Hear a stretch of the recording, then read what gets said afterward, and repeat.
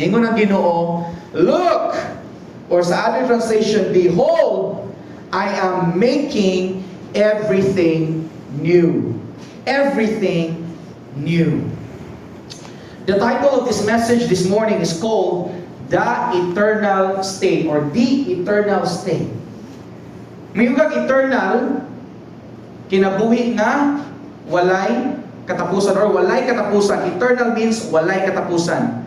Mayugag ikag state or status, meaning maghisgot ta karon sa status nato nga wala nay katapusan. It's gonna be the permanent kind of life na atong masinatian inig abot ngadto sa langit.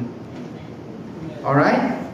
And this is again ang pinaka-last na message sa eschatology, because after this message I am going to start a new series. Akong i-discuss ninyo sa title sa itong series in my conclusion. But the reason why I'm starting to share it on a series para bito masubay na to ba unsay dagan sa Biblia. And how many of you mas nakasabot na sa Book of Revelation because we studied eschatology? Amen. Amen? Some people are really quite afraid to talk about the Book of Revelation because it's very difficult to understand.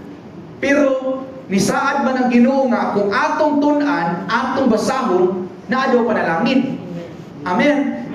Pero sa dihang pagtuon nato mga igsoon, although naay mga butang ang julong kayo, but the Holy Spirit helped us understand unsa gyud di ay ang mahitabo sa katapusang mga adlaw sa kalibutan.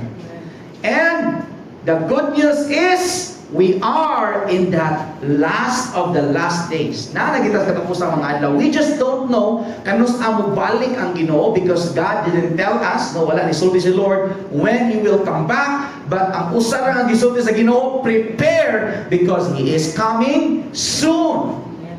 Amen. Amen. He is coming soon.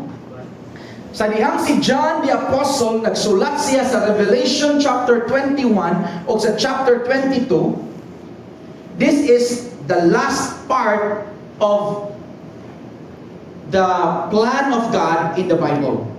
This is the last part of God's history. Katapusan na ni sa history.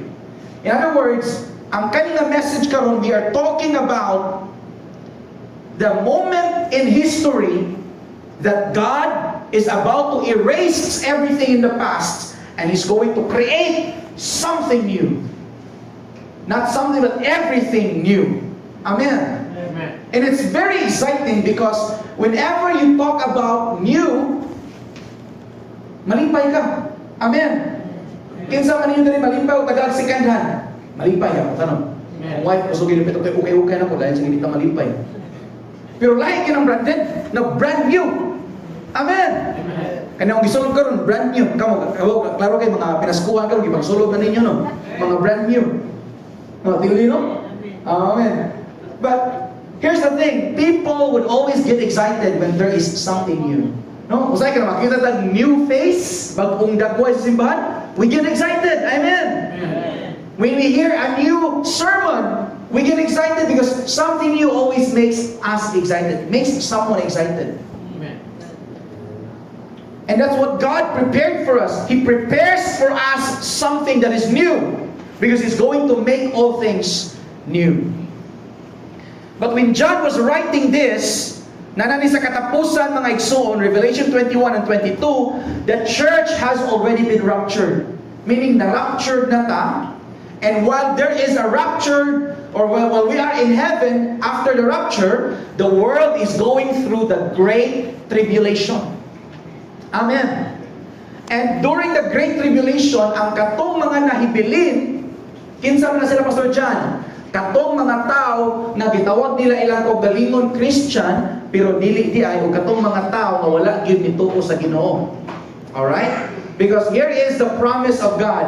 He who is faithful shall be caught up. Katong mga faithful. Pareha sa church sa Philadelphia. Mga faithful nga mga magtotoo sa Ginoo. Amen. And while the Great Tribulation is going on, Christ comes back for the second time to fight against the nation called the Battle of Armageddon. Unya sa Battle of Armageddon, we know na ang pag-away sa Ginoo, it's easy peasy. Kaya nga naman, isulti na siya ang words, dagan kay mga swords din gawas, gi-destroy niya ang Antichrist, ang iyang prophet, o ang tanang mga kontra. In just a word from his mouth. Ingon, ana, kagamhanan ng atong Diyos, mga igsoon. Muna, kung naamoy mga spiritual battle, naamoy mga spiritual warfare, na ay mga daotang espiritu nga nagsamok-samok sa inyong kinabuhi, sa inyong family, don't be afraid because your God is powerful. Amen. Amen. The Bible tells us that He who is in us is greater than He who is in the world. Muna kung naakay mabati nga kahadlok gikan sa kaaway, ayaw intawon paunday yun eh. Kaya nga naman, nasayod siya nga mas gamhanan ang Ginoo nga naan nimo kaysa niya nga naas kalibutan. And after the Battle of Armageddon, here comes the millennial kingdom wherein Jesus would sit on his throne in Jerusalem for 1,000 years. Unya, kita o ba ni Jesus maghari sa kalibutan for 1,000 years? How about that?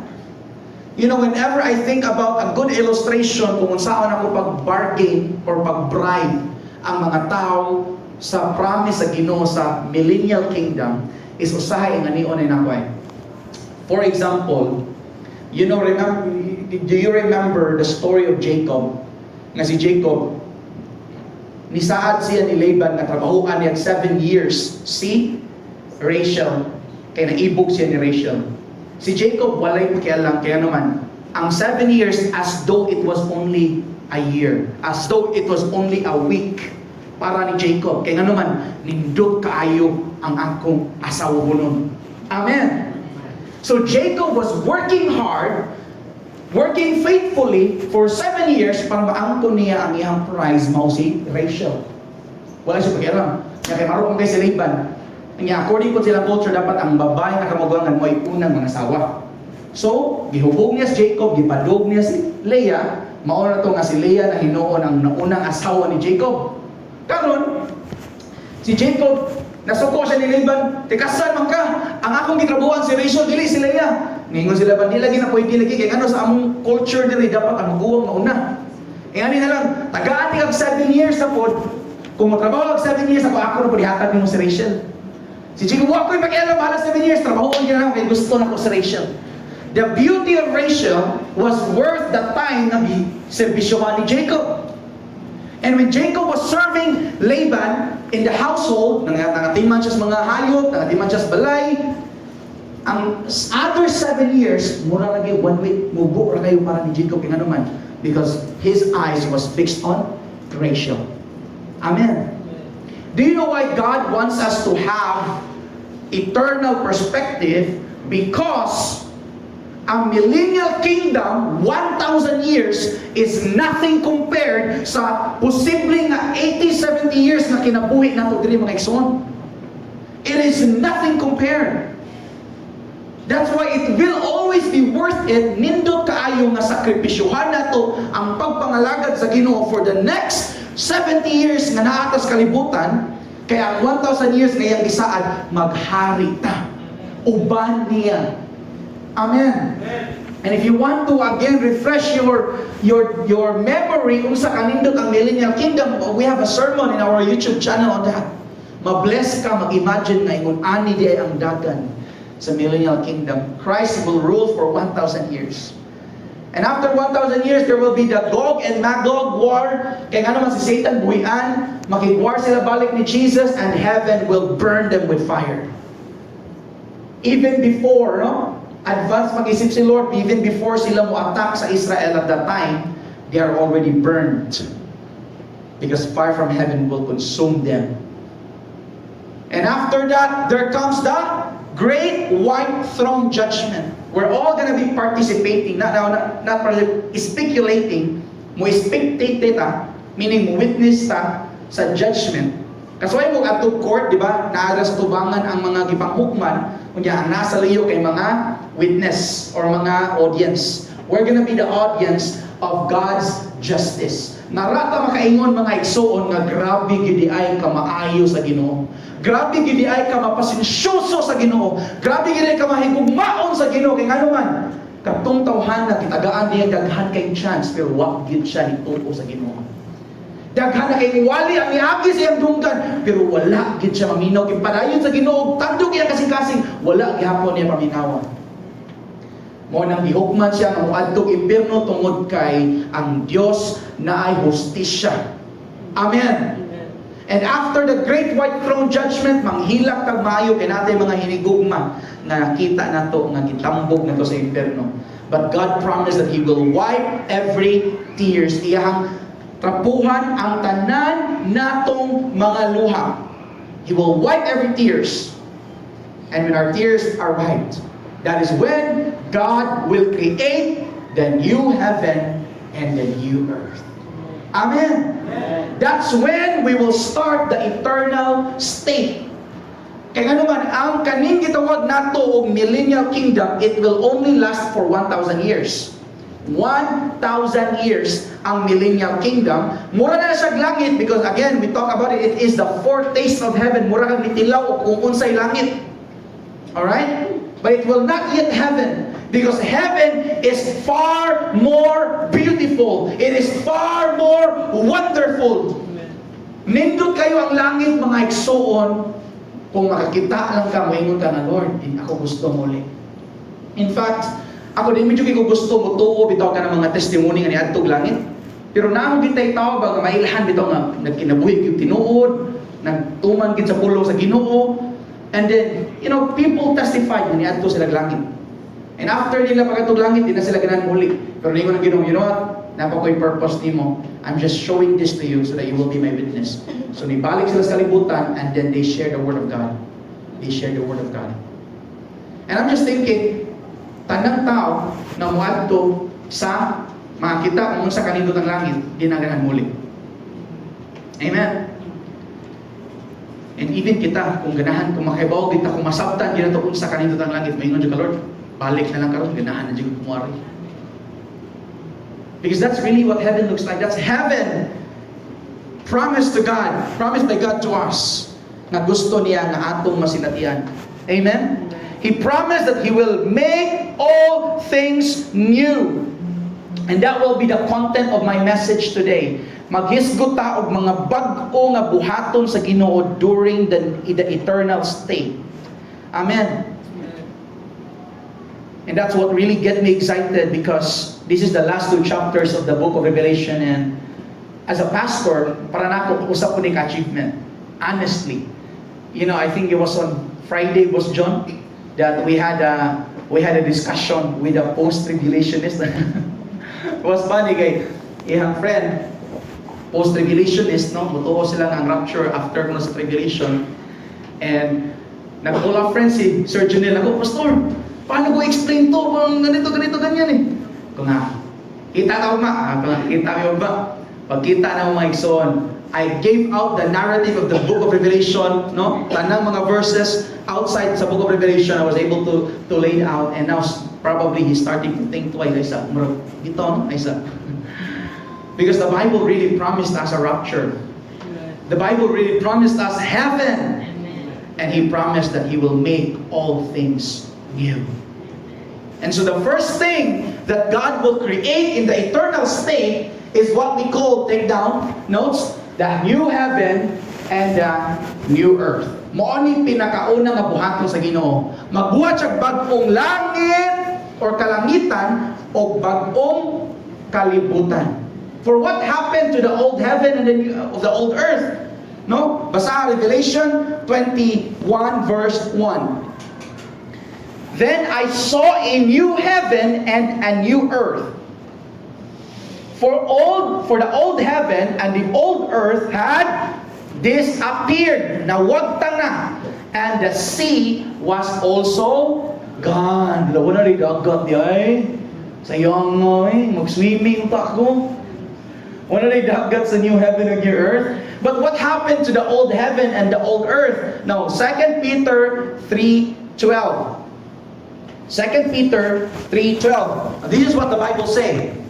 Looking forward to the day of God, inibalik sa Ginoo, and hurrying it along, on that day He will set the heavens on fire and the elements will melt away in the flames. Kaning heavens, ang Greek word ani is the cosmos, is the universe, it's the entirety. Kanang muhangad kay kagabiin niya, dagang kay makita ng mga stars. So nugon ng tanan sa Ginoo mga igsoon. And you would wonder, Pastor Jan, ano sa purpose ana? The purpose of that, Psalms 19 verse 1, it is to declare the glory of the Lord. More gini purpose kanang mga stars, mga planets na makita nato sa lain-laing lugar. The purpose of that is ipakita sa Ginoo kung unsa siya kagamhanan para ang mga tao mutuo nga naa gyud gamhanan nga Dios. But kay ba mo sa oras Ginoo, sunugon na niya. Sayang mo sayang kayo ang solar system. Sayang kayo ang mga Milky Ways and galaxies. It's very amazing ba? Kung tanaw ka mga video karon sa kanang mga telescope nga gidaan nila sa outer space, kanang mga astronaut nga nag-telescope sila ngadto, makaingon ka na, grabe kadako, kalalom, kalayo sa universe or sa gitawag nato og intergalactic nga Milky Way. Grabe kasanan kadako mga igsoon. But God will burn them. Pero ay mo kaguol, ay mo kasayang kaya naman God said He will create a new heaven. Kanang may ganing new heaven ganing di na mo pasabot nga magbuhat sa bagong langit. The word heaven again is not only used to describe ang langit but also the kawanangan, kalangitan. Okay? So mo nang ayaw mo ka-confuse when you start to encounter the word heaven, because God promised that He will create a new one. He will create a new one. And this is exciting. Why? Because kung para nato, kung mutan-aw tas kawanangan, nindot kayo. No, my wife always desired to be in Norway one day, because in Norway na itawag ka na bitang bulan sa Aurora Borealis. Kaya itong nindot kayo nga color sa sky. It's so nice. Kaya nga trending sa YouTube or sa Facebook na nindot kayo magtanaw ka. Pero sunog ko na nas Ginoo because God is about to create something new. I mean, a new heaven. Magbuhat si Lord bago nga ingunahin mo kagol. You're still gonna have it in the new heaven and the new earth. That's what God promised. Kung nindot naman gani na karon, how much more ang new. Amen. And that really gets me excited because, okay, again, the mystery, we really don't know kung saan gi-prepare ni Lord, no? If the old one, nindot na kaayo, di ba? Ang kalibutan din, nindot naman gani kayo sa kung ato kag mga lain-laing nasod, nindot naman gani kayo, how much more ang new one na buhaton ni Lord. 1 Corinthians chapter 2, verse 9. This is what Paul was saying concerning sa gipromise ni Lord sa iyahang mga tao.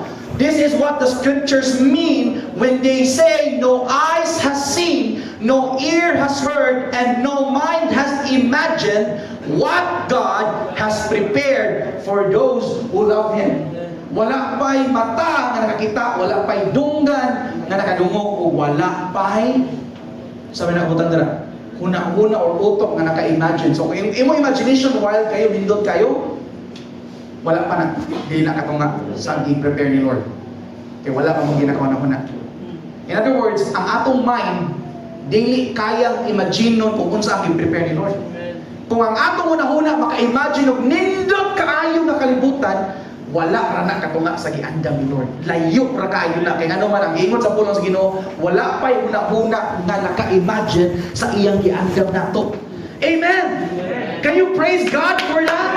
The reason why we're going there because Jesus paid the price. We're going there. We're gonna be there. One day. Amen! So that's why ayaw kayo mo palabi ka-focus sa kalibutan. Kaya nga naman, mawag tangraning tanan. God is going to create a new one. You know, I prepared this image. Can you prepare the image katong gi-andam nako? It's kind of amazing because I was preparing this image. Sa tamaton ko andam ba diri? Okay? Okay, gani. So, karon sa tuang outer space, if you travel at a speed of light, in other words, kung ang imong gipaspason mura og sugat, kita mo sugat, di ba? Kung sa motor, ig-on mo sugat, paspas kay abot nga to. kung ang imong gipaspason, ingon ana nga pareha sa suga, kung ganahan ka mo adto sa moon, 1.3 seconds abot ay ka sa moon. Kung ingana ka, ang imong speed kay mura og suga. Pero kung ganahan ka mo adto sa sun, 8.3 minutes. Kung adto ka sa Milky Way, 2,000 years. Di na kang 2,000 years karon. Amen. Pero kung ganahan ka subayon ang universe na observable, meaning katong makita ra sa telescope, 90 billion years to get the edge of the observable universe. In other words, paspas na kay mong liho kanya, pero it will take you 90 billion years. Now I wonder, God, ganun tagaan ng minimum eternal life? Because daily enough ang 1 trillion years na imong suruyo na akong i-prepare na paradise para sa mga tao na akong gigugma. Amen. That's how amazing it is to study the Bible. You will start to be amazed kung unsa kanindot ang giandam di ay ni Lord para nato nga nahigugma niya. Can you imagine it? Nganong gitagaatan ni Lord og eternal time, eternal years, eternal life? Because even if mayon ang Ginoo nga tagaan ikaw one Google of time. Pila na one Google? I think 100 zeros after. Inigabot pa naman mahunong ra gyapon na. That's why God promised you eternal life, a life that will never end. Because ang gidakon sa giandam ni Lord, you're gonna be surprised to live there.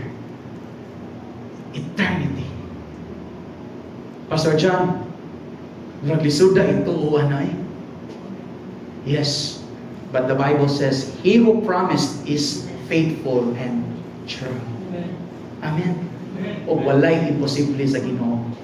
The fact that you are alive today, ang kamatuoran nga ikaw buhi karon ug naginhawa ug naay kaugalingon nimo kinabuhi, nagpasabot ka na nga milagro ka niining kalibutan. Ang Dios naghatag og kinabuhi nimo, kung imong ihatag niya, na siya ihatag balik nimo. Hallelujah. God will create a new heaven and a new earth.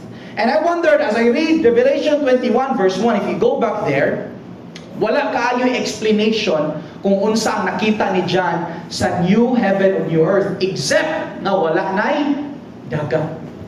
The sea was also gone. So you would wonder, katong mga beach lover nila, mga nag-iari, no? Unsay bati? Kaya ba mo? Mo na siya, I'm just gonna give you a theory. I was not actually, at first, namurag nag-uol ko. Because, ganahan ko dagat. No? In fact, when my wife and I was talking about it, sabi mo ba siya, there, kung papahilion ka, may kutor, magatas, pili-pili ra ba? Kung papilion ka, saan ka? Bungtod ka mapuyo, or sa Japanese dagat. Kung naamay, kung anong duha, naamay ka ng disadvantage, kung bungtod ka puyo, landslide. Kaya kung ano yung sa dagat, puyo sa tsunami. No? Parang nga, wala kay choice. Pili lang yung asa. But for me, I love beach. And pag-iwasan mo, wala ni dagat. And I was really, Holy Spirit, is this really it? Because I know that for us, to be honest, ocean is actually a gift. Amen. It's a wonderful gift sa humanity sa Ginoo ang gihatag that we can enjoy the ocean, we can enjoy the lakes. And as I was studying, the Holy Spirit reminded me that, do you know that scientists, ang mga scientists, naka-discover sila og mga lakes or mga bodies of water sa mga lain-lain na mga planets outside sa atong solar system.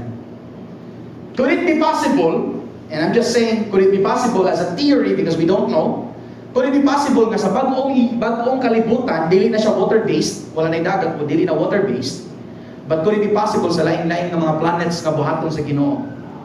Could it be possible nga naangat to yung mga bodies of water that we can probably explore with our glorified body? Hindi na kinahanglan o SpaceX na mga spaceship. Our body can go up and go down and can transmit and can transfer from one place to another in an instant. That's the glorified body, mga ekson. And I was reminded by the Holy Spirit, John, don't worry. No eyes has seen, no ears have heard, no mind has ever imagined unsa ang giandam ni Lord. You might think right now, way dagat, Pero it's much more beautiful than you can ever think or imagine. Amen. Amen. And I was asking the Holy Spirit, Lord, ganun wala magigi-explain unsa ang naa sa bagong langit? Ano? Naa sa bagong kalibutan, because God promised that He will create a new earth. So what will it be like in the new earth?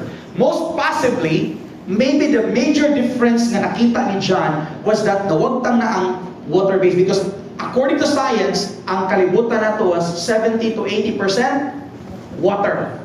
Okay? 70 to 80% water. But in that new heaven and the new earth na buhaton sa Ginoo, di na siya made of water. We don't know what it will be made of, maybe made of stones or gold or whatever. We really don't know the details. But one thing is for sure, wala na daghang tubig. Ana nga time.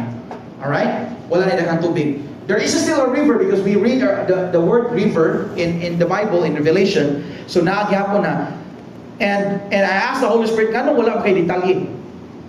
Could it be possible na sometimes si John nagtanaw sa iyang vision, he was distracted by the other new na gibuhat sa Ginoo sa kalibutan at that time, because He didn't just create new heaven or new earth, but He also created the new Jerusalem. The new Jerusalem. That's the second new na gibuhat sa Ginoo. The first new was new heaven and new earth. He created also a new Jerusalem.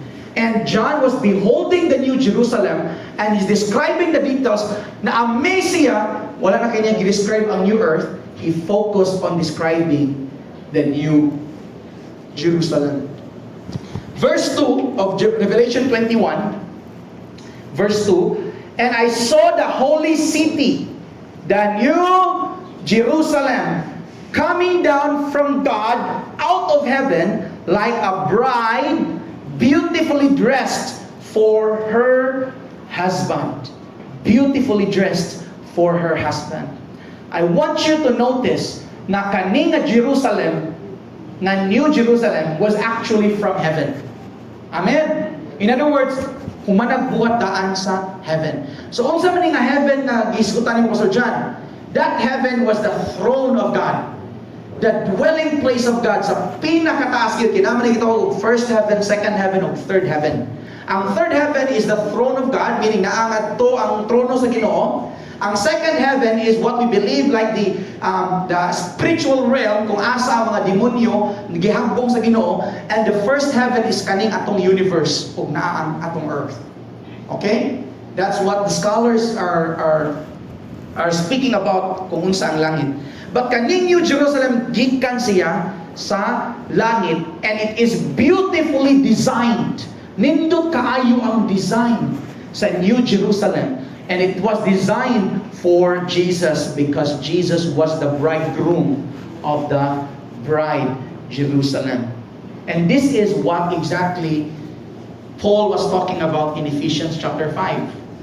I know I didn't prepare the verse, but Paul was saying, I am telling you a mystery concerning Christ and His church. That the church is the bride of Christ. And we will be the New Jerusalem. We don't know exactly the details, because wala kay baon sa wala gidetalye ni Apostle John pagsulat. However, John gave us a glimpse kung unsay dagway. And now, I tried to ask AI to generate me some images para marag natay gamay marag hulagway ba. So I want you to go to the next slide. So here, ang New Jerusalem it's like a cube. Okay, and I will give into details. Ana, pause dira nga image. I want you to look at the image. I want you to listen to this explanation. So verse 10 of Revelation 21. So He took me in the Spirit to a great high mountain, and He showed me the holy city Jerusalem descending out of heaven. It shone with the glory of God. It sparkled like a precious stone, like jasper, as clear as crystal. In other words, ang kaning New Jerusalem, it is like shining with the glory of God, is sparkling with crystals. Kinsa niyo diri ka makita mo mga sparkling ba? Na murag ma-amaze. Amen. You know, kaya bitong gamiton nga mga stones for engagement kana mag-propose, no? Mao na mga stones man na siya. Pero dili pa na siya katong tinuod gid nga mga stones nga gikan sa langit, mga stones na diri sa kalibutan. Pero para nato nindot na kaayo. The New Jerusalem will be filled with sparkling stones, gemstones, na magsidlak-sidlak na iniktan-aw nimo gwapa kaayo tanawon. Now look at verse 12. Sa verse 12, nagingon dira, the city wall was broad and high, meaning lapad kaayo ang wall, unya habo kaayo. The 12 gates guarded by 12 angels. Now I wondered why. Simon, Lord, ano sa'yo purpose sa angels? Nagwardya sila. Di ba? Okay, wala na may demonyo na, wala na may salaan. Ano na may gwardya? Mutan mo, ano mapaso dyan? Adto na ito na ibaba. Mutan na ta. Yung may gisulti diri. But here, and the names of the 12 tribes of Israel will written on the gates. Okay, ang names of tribes, 12 tribes, nasa gates. And there were 3 gates on each side. Kay cube man siya. East, north, south, east, west. So, tulo-tulo ka mga gates. So, 12 gates. Alright? Now, verse 14, the wall of the city had 12 foundation stones na ay mga dagko kayong bato nga nag-foundation ana, and on them were written the names of the 12 apostles of the Lamb. Mo itong ningon si Jesus, tungod kay nitubag mo na ako sa akong tawag ninyo, I am going to give you something very special in heaven. Mo na ni, ikagi na to sa foundation, no? Peter, no? Si John, no? Look, si James, si Bartholomew, no? Plus si Reginald. Wah dia. Di bandar Reginald tu di bandar. But it's going to be amazing. They are there for memorial. Why? Because the new heaven and the new earth became possible. Nga naman, tungod sa Israel. Amen. That is why sa atong church, permita mag-ampo sa Israel. Kaya nga naman, through Israel, the Messiah comes. Niabot si Jesus pinagi sa Israel. Amen. And tungod sa 12 apostles, sa Great Commission going to all the world, ang gospel, ang maayong balita niabot sa Pilipinas. Ikaw o ako nakadungo kita dito. That's why, when we see their names, it's gonna be for their memorial na, salamat sa inyong hampag, tubag sa tawag sa Ginoo. It's gonna be like that. Amen. Amen. It's gonna be a memorial for them na ang ilang mga pangalan gibutang ngadto. Now, it's quite amazing because in verse 15, the angel who talked to me held his hand and a gold measuring stick. Now, imagine this, even ang mga measuring stick na to, ang gigamit nila nga material kay gold. Okay? Ang atong measuring stick na kasi yung palit mo tila sa mall, katong kahoy na, no? Nga to gold. Ang measuring stick gold. Gold na to. So we really can imagine nung sa kanito ng langit. Ang measuring stick pala daan, gold ha? It is to measure, sa ilang i-measure, ang city, ang gates, o ang wall. And when the angel measured it, he found it was a square. It was a cube. It was a square. As wide as it was long. In fact, its length, width, and height were each 1,400 miles or 1,400 miles. Then he measured the walls and found them to be 216 feet thick. Kaya ba kung saan nakadako ang 216 feet? Mura na siya og 20-story na building. Mutano ka 20-story na building. Inguna na kapag ang wall.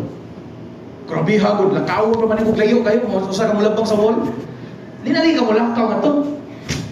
Abo ka na. Tapulan na sa di mo eh. I don't know what God has prepared, but it just amazed me. Amen. Now, kung ang mga tao bitaw karon nag-create of AI, nag-create of mga wonderful technology, you know, asa nagikan nila mo to? Gikan sa Ginoo. And you have no idea kung saan i-prepare ni Lord in the new heaven and the new earth. especially in the New Jerusalem. Amen. Now, pag humanog plastar na to, we know that this New Jerusalem is quite massive or very interesting because it looks like a cube, you know? And tanawon nimo kani siya, ang kanina cube, kamo mo sa distance ani niya kada cube niya. If you look at kanang bitong kanta sa Itbulaga, hanggang mula Batanes hanggang Hulo. So ang Hulo, Hulo-Sulo na. Ang kanang Hulo sa naka-island, tumoy-tumoy sa Mindanao. Unya, kung imo nang subayon padung lakaw dyan to, almost kaduhaon ang gilayon, imon ana ang gitaspon sa cube. Sa New Jerusalem, Holy City. Pero imon ana kadako ang gibuhat ni Lord. Okay? Nya square man na siya, nya ang iyabi yung height, pareha pag yun sa gilapdon. In other words, it's really, really huge. Imagine mo, kaduhaon ng Pilipinas, ang gilapdon sa Pilipinas. Kunya, ang height po niya, maupod ang gidakon. So, it's really massive. And this is the picture of it. Just an imagination of AI. Ang ibang na, okay, tagay kong image yung murag doon. Now, next, kung sa interior na ako dyan. If you look at the next image, so, in the next image is, kani, Ningon ang Jerusalem na naay river, naay mga trees, kilid sa river, and can you just imagine, iksod mo, ingon ani ang kipan mo. It's gonna be amazing. Okay? Dili pa ni mao ha. Again, disclaimer, this is not the New Jerusalem. I'm just giving you a picture, a description kung unsa ang dagway na akong expect. Now, so dyan, kinsa mo ng balayra. It could be one of the apostles, one of the disciples, or gonna makita na itong mga grabe kayo, mga pagpangalaga sa Ginoo. They're gonna have huge temples, they're huge palaces, huge mansions, because that's what God promised. The New Jerusalem is our dwelling place at tutang puyo. Ang new heaven and new earth, it could be nga natay mga yuta na to. We just can't imagine kung saan i-prepare nila, but imunani kagagmay ang mga tao, it's gonna be a huge, massive place na adto magpuyo. And you know what? Because we have AI, akong gitry og calculate. What if naay 20 billion kabuok Christians na naa sa langit? 20 billion is dako ra kay nga number. Okay? But including the Old Testament, padung sa kinalasan sa tribulation saints, possible nga maabot ang 20 billion. Kung 20 billion gani, kung saan man pagbahin pa sa dyan, kung tagaan ka tanan. Although they're equal, we don't know. But here's the thing, kung i-equal o hatag, kada usa sa 20 billion kabuok na ay usa ka syudad. Ewan ko sa ginakon, gitanan ko ang duol og size is Mandawi. Ang syudad sa Mandawi is 25 kilometer square. Unya, kung i-divide nimo ang kaning gidakon ani sa 20 billion, kung naay 20 billion, kada usa nato ang kontak usa ka Mandawi. Yan sa barangay alang-alang, puro ni mga tao dire, kuan ngari kay mga okra, puno kuan na to. Ngari mo ni akong lake dire. Can you imagine how massive it is? Di ba ikaw nagpuyo ra ka pila ka square meter sa Mandawi.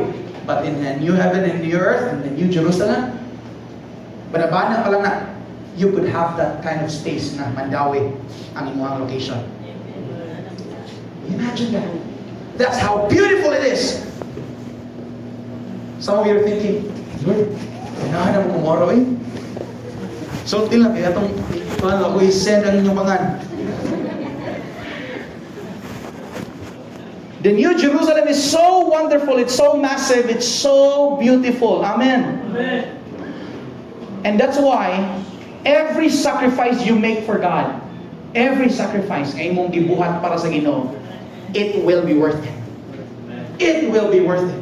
Tanan mong sakripisyo, tanan mong mga singot, pagpangalagad sa Ginoo, panahon na imong gigahin, worth it ng tanan. Luke chapter 18, verse 29 and 30. Now, this is something that I want you to look and behold because nindot kayo ning nga passage ng gisahan ni Jesus sa ato. Jesus replied, and I assure you that everyone who has given up, kinsa man ang gi-give up sa ilang balay, sa ilang asawa, sa ilang mga igsoon, sa ilang ginikanan, o sa ilang mga anak, haros ta ni Jesus. Kung ginikanan ka, kung imong na taligdan mo ang anak, tungod kay sunod kas Ginoo, okay, apil. Kung igsoon ka, yung imong igsoon di mo tuos Ginoo, nagkakontra mo sa imong pagtuo, okay ra na. Kung anak ka, yung ginikanan dili mo sugot nga mga lagad kas Ginoo, okay ra na. Kiningon si Jesus, kung imong give up sila para sa gingharian sa Ginoo, for the sake of the kingdom of God, verse 30, you will be repaid many times over in this life. Okay? Si Lord, He promised nga i-bless ka niya in this life. And the reality of that, so tinatawag mo so, it will be in the new millennial kingdom. In the millennial kingdom. Ang repayment na in this life, yung pasabot ni Jesus, was the millennial kingdom. And have eternal life in the world to come. The world to come is the new heaven and the new earth. Na the eternal state na to, nga giandam ni Lord para nato. Isn't that beautiful? Amen. Usaray ni pakpak lagi. Hallelujah! Praise the Lord! Praise the Lord! Meaning, tanan natong sakripisyo, bayaran sa Ginoo. Bayaran ni Lord. Bayaran ni Lord. Manang, na yung mga tao daw sa yung tanaw sa among kinabuhi. Karbihan ninyo sa inyong kinabuhi, weekend, simbahan, weekdays, mga puro simbahan. Oh yes. Because I am so convinced, kumbinsido kaayo ko, na kining akong gibasa nga naa sa Biblia, kaning akong gituman nga mga pulong sa Ginoo, tinuod ni. Amen. Amen. That's why no one will ever convince me nga muhuno o pagpangalagad sa Ginoo. I now know the truth and the truth has set me free. Amen. I know nga akong sakripisyo bayaran sa Ginoo in this life and in the life to come. Amen. Verse 18. The wall was made of jasper and the city was pure gold. Ang syudad kay pure gold. Matong sa image ganina, murag gold. As clear as glass, the wall of the city was built on foundation stones, inlaid, meaning gikulitan og mga 12 precious stones. So ang katong foundation na ay mga gipangkulit, gipapilit nga mga 12 precious stones, and ato basahon ng stones. Makita niyo sa screen? Verse 18 ni siya part.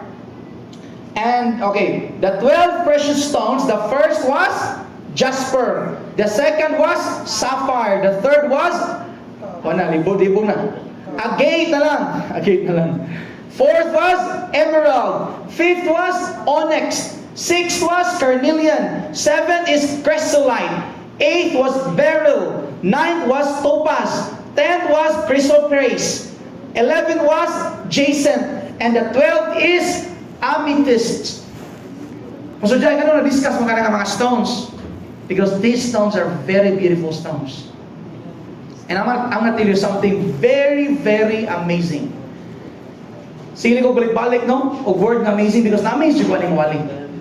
I came across a YouTube video, unya, usa siya ka-scientist, nagtuon siya sa 12 stones nga naa sa Book of Revelation. Do you know nga ang Book of Revelation gisuwat siya 2,000 years ago? 2,000 years ago. Pero nag-surprise siya kay ang 12 stones nga gipili sa Ginoo nga gisulat sa Biblia, kay gitawag na siya nga klase sa stones. Kaya na may duha ka buok klase sa stones. This is scientific term. Iguman nyo karoon pwede rin nyo nakalimutan. But I just want you to know this. Ang first na klase sa stone kay isotropic. Okay, everybody say? Isotropic. Karon ang ikaduha nga klase sa stone, kay gitawag siya anisotropic. Okay, isotropic, anisotropic. Ang kaning isotropic, kung maigo siya og sobra kahayag, mungit-ngit siya. Okay? Example sa isotropic kay diamond. Abi nyo diamond, kung maigog sun, sidlak na no. Pero kung maigog ginagahayag kayo nga idol sa hayag, kanang close ka sa hayag ba, mungit-ngit ang diamond. Kaya nga naman, isotropic siya. Ang anisotropic na mga stones, kung maigo siya sobrang kahayag, mas musidlak pasiyag maayo. And what's really amazing, sa scientist na nagtuon, ingon siya nga, na-surprise ko na ang 12 stones nga gibutang sa New Jerusalem, puros mga anisotropic. In other words, kaning 12 ka bug stone, gipili kini sa Ginoo nga ibutang sa New Jerusalem, kay kung maigo ni sa kahayag sa Ginoo, musilak ni pag-ayo. And that really proves na ang pulong, ang Bible na akong gibasa, dili ini gisuwat sa tao, gisuwat ni sa Ginoo nga iso, pinaagi sa tao. Now, I want you to show the second image, the last image, because there's an image that I want you to see. Next on this image, this is like, imagine this, ang stones, although dili mo yung but ingon ana ang dagway ba, ang colors ng mga stones, ikaigo sa light. Grabe kay ka-beautiful. It's a rainbow way, daghang kay colors, ng murag nag-rumble, and it's just so good to the eyes. Na imong tutukan imong tanang. Why? Because those stones are anisotropic. Now, I want you to watch the video. I cut 1 minute of the video. Next slide. Para inyo ang matanaw kung saan ang gimasabot. Ayo, mo balik-balik. I-click ng puwag. Kanang puwag sa YouTube ba kanyo? Ito nga. Okay, wala. Pero yung ano, okay.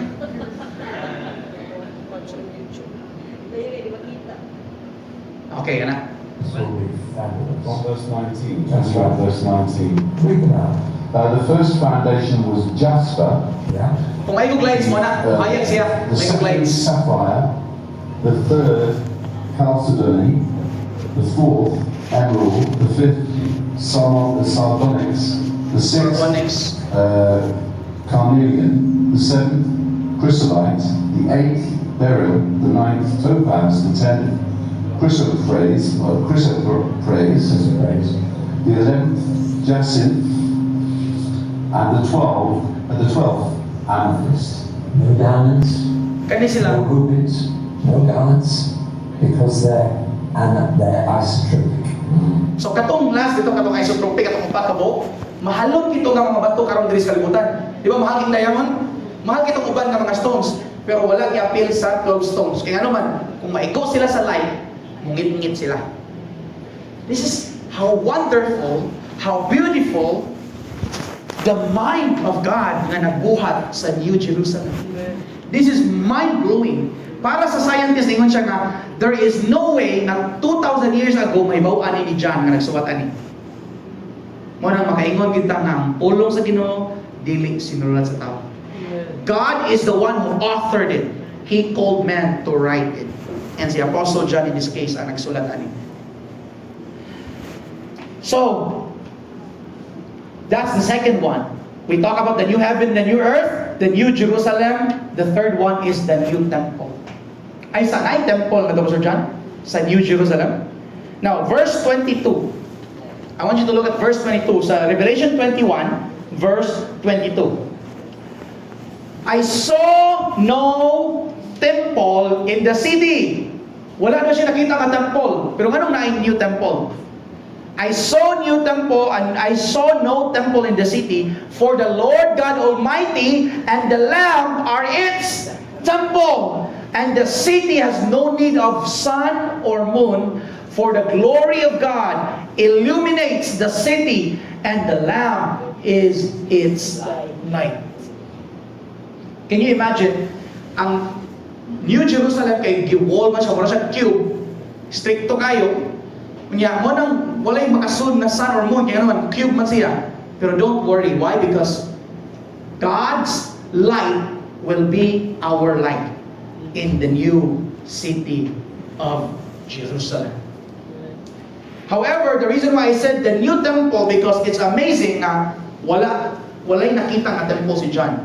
When John was writing it, you know, John didn't see a temple in the New Jerusalem. Because in Jerusalem, itukod ang temple.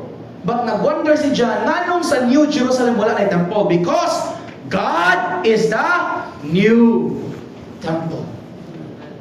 Isn't it amazing na diri sa kalibutan, the body of Christ are called the temple of God. Amen.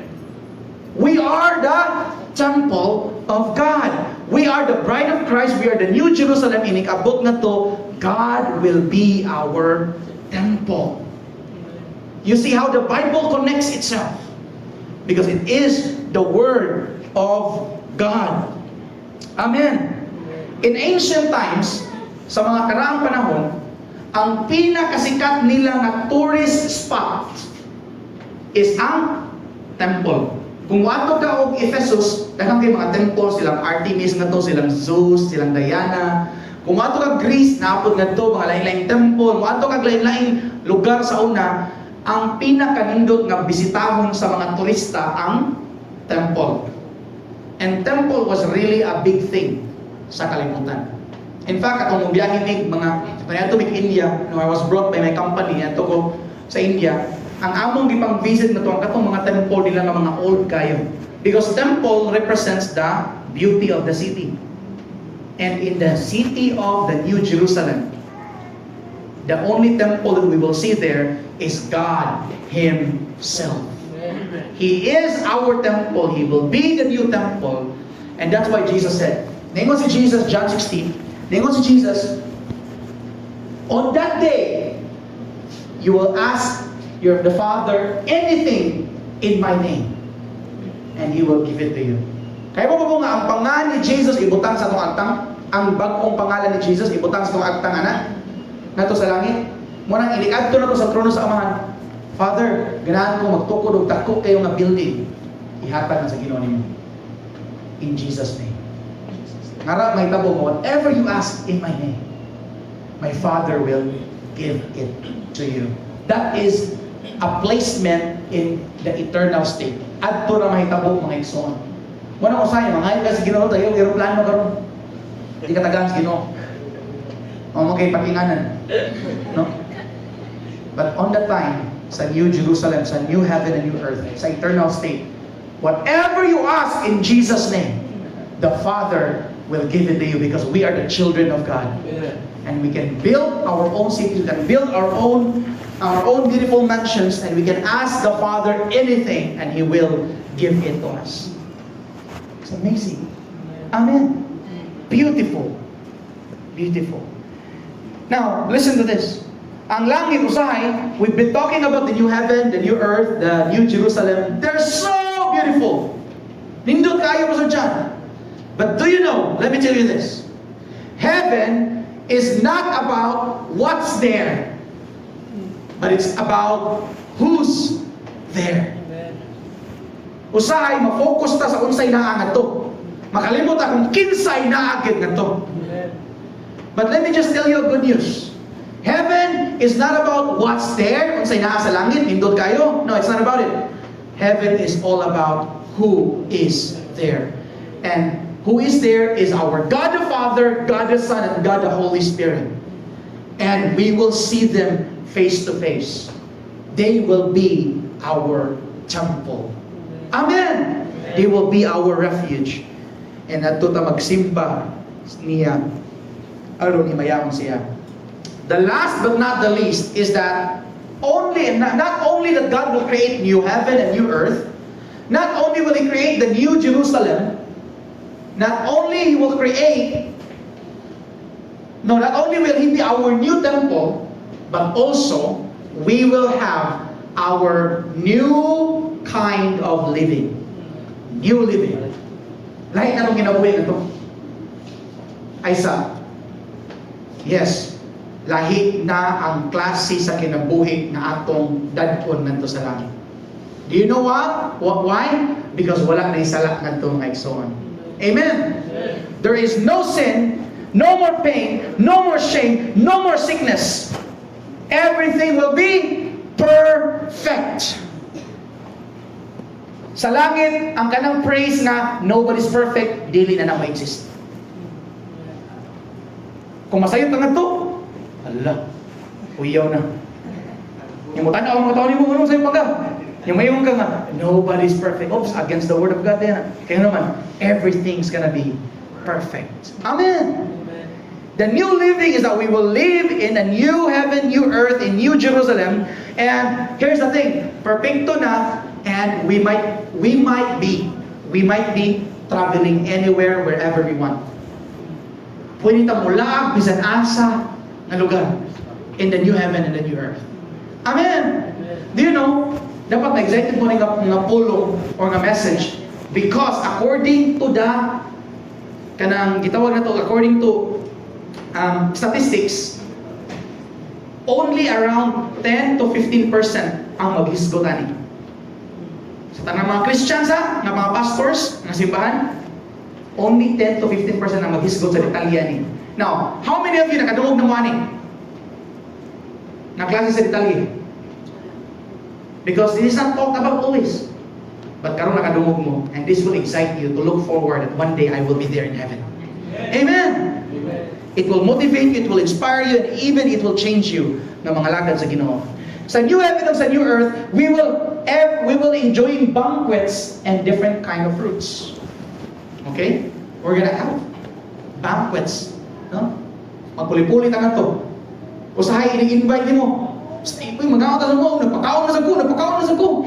Wala, yahay na lang mo. Celebrate na to.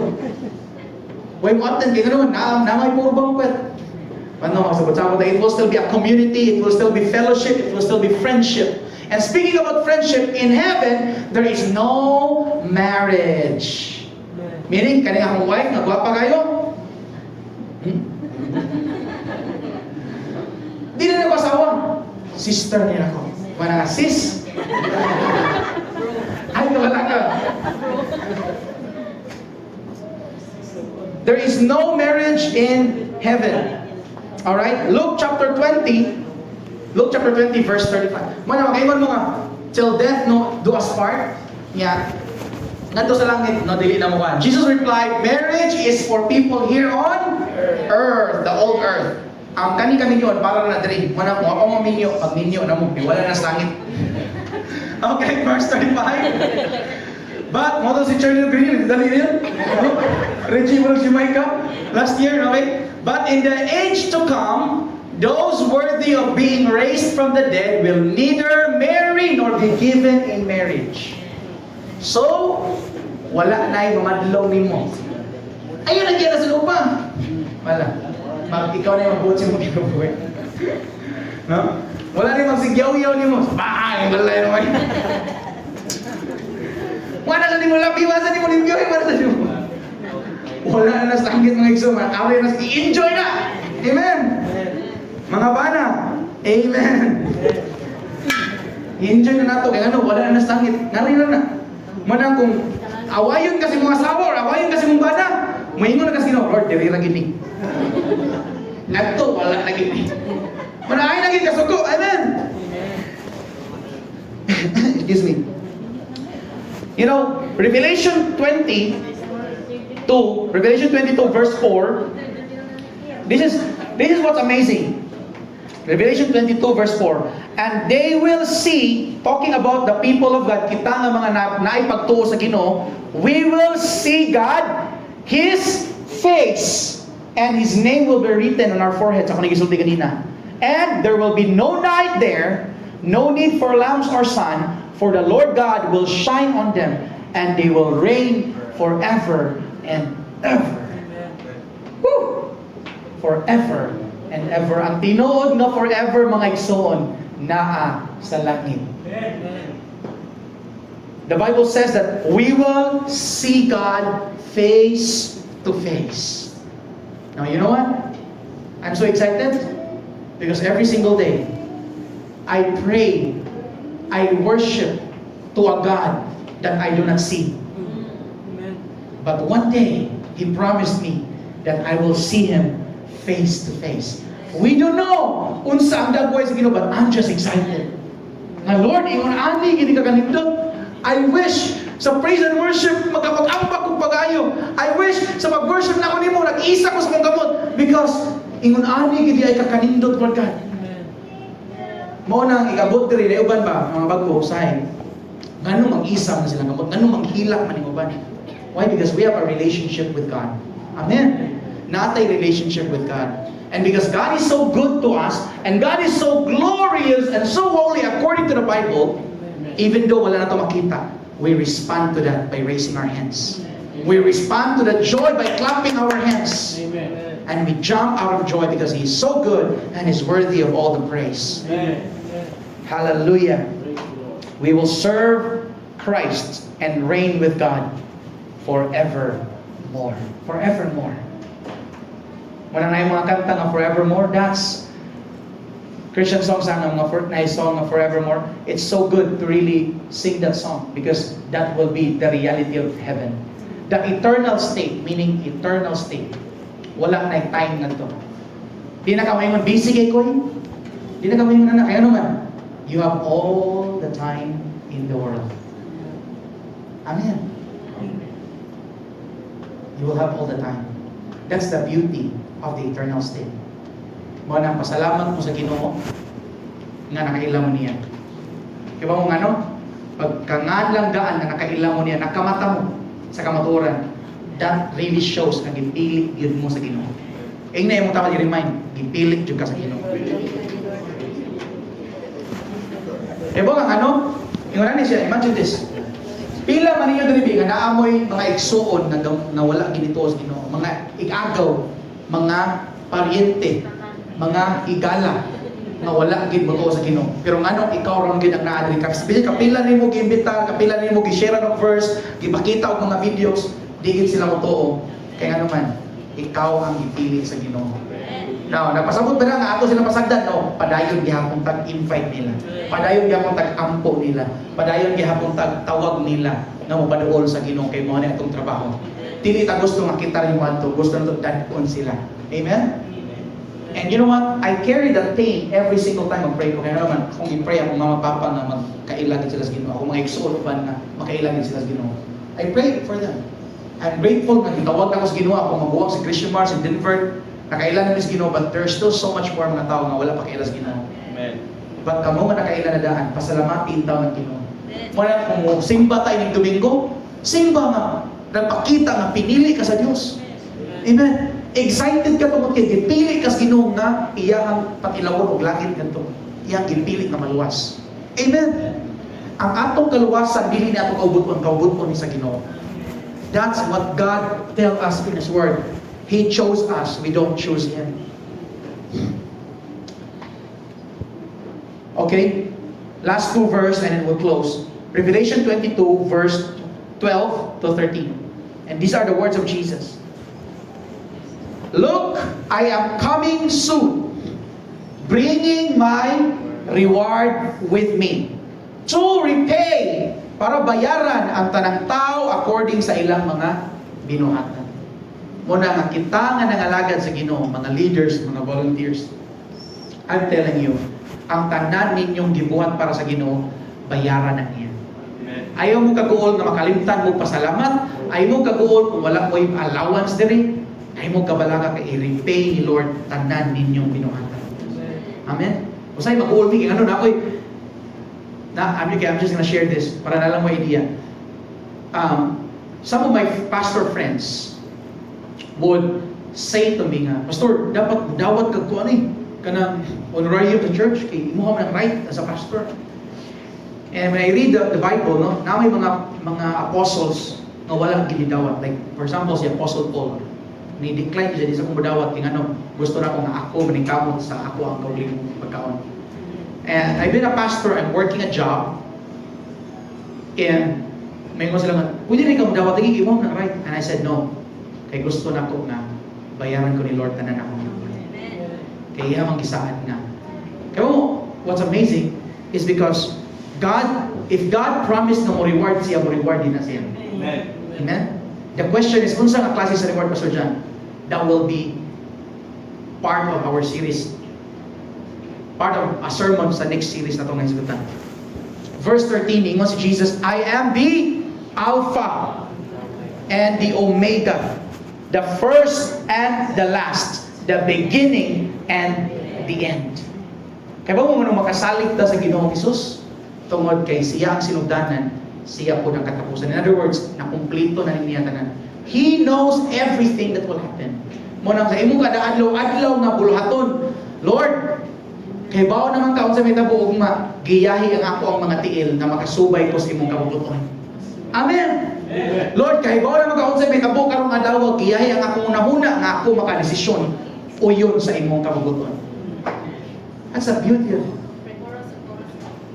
All the things that we talk about are the rewards of serving Jesus. Kanang langit, bagong yuta, bagong kalibutan, bagong Jerusalem.